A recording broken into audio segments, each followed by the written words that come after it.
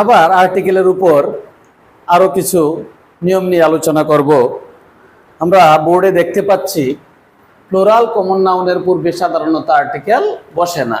যেমন cows are useful animals, এখানে আমি ক্রস ব্যবহার করেছি কারণ প্লুরাল কমন নাউনের পূর্বে সাধারণত আর্টিকেল ব্যবহৃত হয় না, সাধারণত ব্যবহৃত হয় না। কিন্তু যদি নির্দিষ্ট করে বোঝায় তখন অবশ্যই আর্টিকেল দিয়ে ব্যবহার করা যাবে।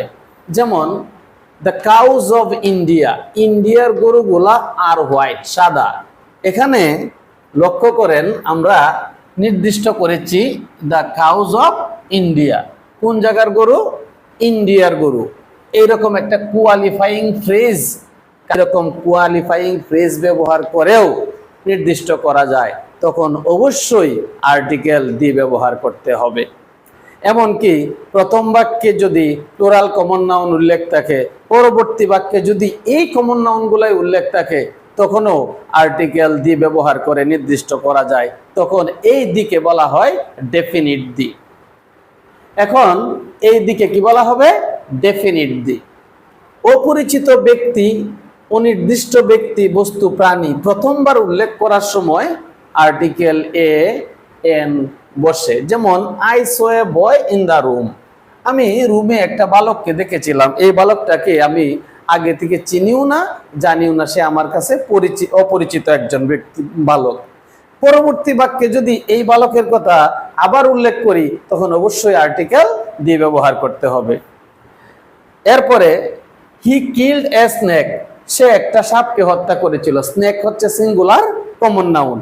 এখন সে কোনো নির্দিষ্ট সাপকে হত্যা করে নাই, সে অপরিচিত অজানা একটা সাপ তার সামনে আসলো, সে এটাকে হত্যা করেছিল। তার মানে অপরিচিত প্রাণী, বস্তু, ব্যক্তির পূর্বে কি বসতে পারে? আর্টিকেল এ বা এন বসতে পারে। এক জাতীয় সকল সদস্যকে বোঝাতে সিঙ্গুলার কমন নাউনের পূর্বে আর্টিকেল এ এন দিয়ে বসতে পারে। যেমন A B is industrious, V মানে মৌমাছি, এটা সিঙ্গুলার কমন নাউন। মৌমাছি পরিশ্রমী, এখানে কি বোঝানো হয়েছে? এক জাতীয় সকল সদস্যকে বোঝাতে আমরা আর্টিকেল এও ব্যবহার করতে পারি, এমনকি আর্টিকেল দিও ব্যবহার করতে পারি। তখন এই দিকে বলা হয় জেনারেলাইজড দি বা জেনেরিক দি, এটাকে ডেফিনিট দি বলা হয় না। একই রকম ভাবে পিঁপড়া পরিশ্রমী, পিঁপড়া একটা জাতি, এই জাতির সকল সদস্যকে বোঝাতে যেহেতু এটার প্রথম সাউন্ডটা হচ্ছে এই, এটা বাউল সাউন্ড, এই জন্য আর্টিকেল কি ব্যবহার